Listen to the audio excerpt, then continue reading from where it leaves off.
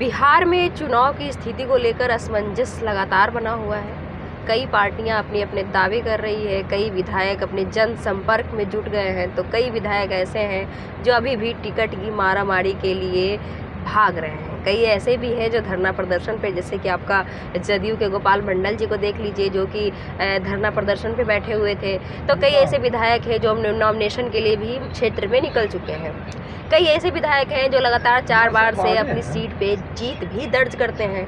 जैसे आप माननीय रामानंद यादव जी को देख लीजिए, जो कि फतुहा विधानसभा से लगातार जीतते आ रहे हैं और उन्होंने आज अपने नॉमिनेशन के लिए भी घोषणा कर दी है। दूसरा, आप बाढ़ विधानसभा को देख लीजिए, जहां से ज्ञानेंद्र सिंह ज्ञानू लगातार चुनाव जीतते आते हैं। लोग कहते हैं कि वहाँ बीजेपी का गढ़ है, बीजेपी की ही जीत होगी, लेकिन इस बार ज्ञानेंद्र सिंह ज्ञानू के लिए भी पलड़ा बहुत भारी दिखता नजर आ रहा है। क्योंकि मैदान में एक तरफ जहां लल्लू मुखिया उतर गए हैं, वहीं दूसरी तरफ भगत मुखिया ने भी पूरी तरीके से दहशत फैला दिया है।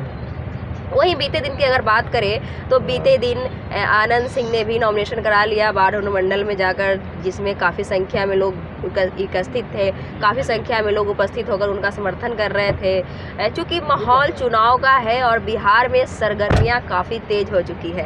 एक तरफ जहां महागठबंधन ने भी अपनी सीट को लेकर दावेदारी ठोक दी है, और वहां महागठबंधन में भी कई ऐसे उम्मीदवार हैं जिनको टिकट की उम्मीद थी पर टिकट नहीं मिल पाया। कई ऐसे उम्मीदवार हैं जहां ये चाहते थे कि यहां आरजेडी का सीट हो, लेकिन वहां कांग्रेस हो गया, वहां माले हो गया और लोगों में उथल पुथल मच गया। कई ऐसे कैंडिडेट हैं जो लगातार टिकट लेने का प्रयास कर रहे थे, लेकिन उनको टिकट भी नहीं दिया गया। कई ऐसे हैं जो दुखी हो गए, तो कई ऐसे हैं जो सुख में व्यतीत कर रहे हैं अपना जीवन और जनसंपर्क करने में लग गए हैं। कई ऐसे हैं जिनको टिकट का अभी आशा बना हुआ है, चूँकि 17 तक नॉमिनेशन क्लियर करने के लिए भी कह दिया गया, लेकिन टिकट तो कंफर्म अभी कई लोगों का हुआ भी नहीं है। अगर जदयू में देखें तो जदयू में भी मारामारी चल रही है, बीजेपी ने भी अपनी सीट कंफर्म कर दी है, लेकिन ये कहना बहुत मुश्किल होगा कि इस बार का चुनाव क्या होने वाला है। क्योंकि जातीय समीकरण की चर्चा हमेशा की जाती है बिहार में, और कहा जाता है कि भाई जातीय समीकरण बहुत ज़्यादा है, जातीयता के देखकर लोग वोट देते हैं। लेकिन इस बार कहना, जहां एक तरफ तेजस्वी यादव युवा को रोजगार देने की बात कर रहे हैं, युवाओं को नौकरी देने की बात कर रहे हैं, कह रहे हैं कि भाई हम युवाओं को नौकरी देंगे, 20 दिन के अंदर हमारा विजन कंप्लीट होगा, और 20 महीने के अंदर वो 3.5 करोड़ लोगों को बिहार में रोजगार देने की बात कर रहे हैं। वहीं दूसरी तरफ अगर एनडीए सरकार को देखा जाए, जो कि बिहार में वर्तमान सरकार है, अगर उनकी बात की जाए तो उन्होंने भी अपने विकास के दम पर अपनी जीत की दावेदारी ठोक दी है।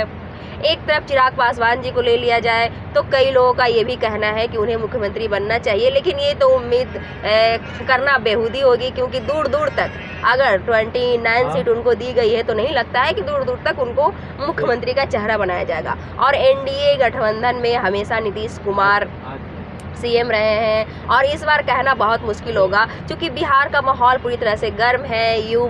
युवा को रोजगार चाहिए, विकास चाहिए, जो कि तेजस्वी यादव युवा की बात करते हैं, हमेशा उनके हर मुद्दों में सिर्फ युवा की ही बात की जाती है। तो कहना बेहद मुश्किल होगा कि भाई इस बार युवा क्या चाह रहे हैं, क्या कुछ कहना चाह रहे हैं, क्या करने वाले हैं, इस बार क्या होने वाला है। अभी फ़िलहाल मैं लगातार बिहार विधानसभा चुनाव को लेकर कवर कर रही हूँ, लोगों के बीच जा रही हूँ और जनसंपर्क करने की कोशिश कर रही हूँ, जनता के मुद्दों को आप तक पहुँचाने की कोशिश कर रही हूँ, बताने की कोशिश कर रही हूँ कि आखिर बूढ़ा बुजुर्ग, बच्चे और युवा क्या चाहते हैं, किसे देखना पसंद करते हैं, किसकी मांग हो रही है, और कौन इस बार जीत हासिल करने वाला है, किसका पलड़ा भारी होने वाला है। वो तमाम चीज़ें मैं आपको रूपा की रिपोर्ट पे लगातार दिखाती हूँ और लगातार बताने की कोशिश करती हूँ। और भी चुनावी माहौल को लेकर सरगर्मियाँ जितनी भी तेज होंगी, वो सारी अपडेट्स मैं आप तक पहुँचाती रहूँगी।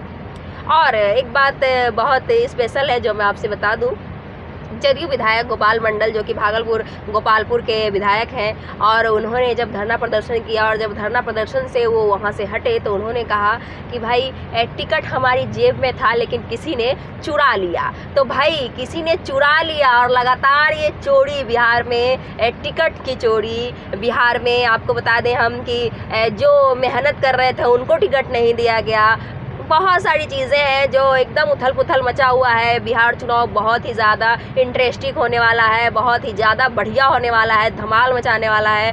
तो बने रहें रूपा की रिपोर्ट के साथ। और भी अपडेट्स, कई चीज़ें, कई बारीकियों से चुन कर हम आप तक पहुंचाते रहेंगे। बस देखना ना भूलें रूपा की रिपोर्ट। और अगर आप हमारे चैनल को सब्सक्राइब नहीं किए हैं तो सब्सक्राइब और लाइक तो बिल्कुल कर लें, क्योंकि रूपा की रिपोर्ट पे आपको वो मिलेगा जो बिहार की जेन्युइन बातें होंगी। नमस्कार।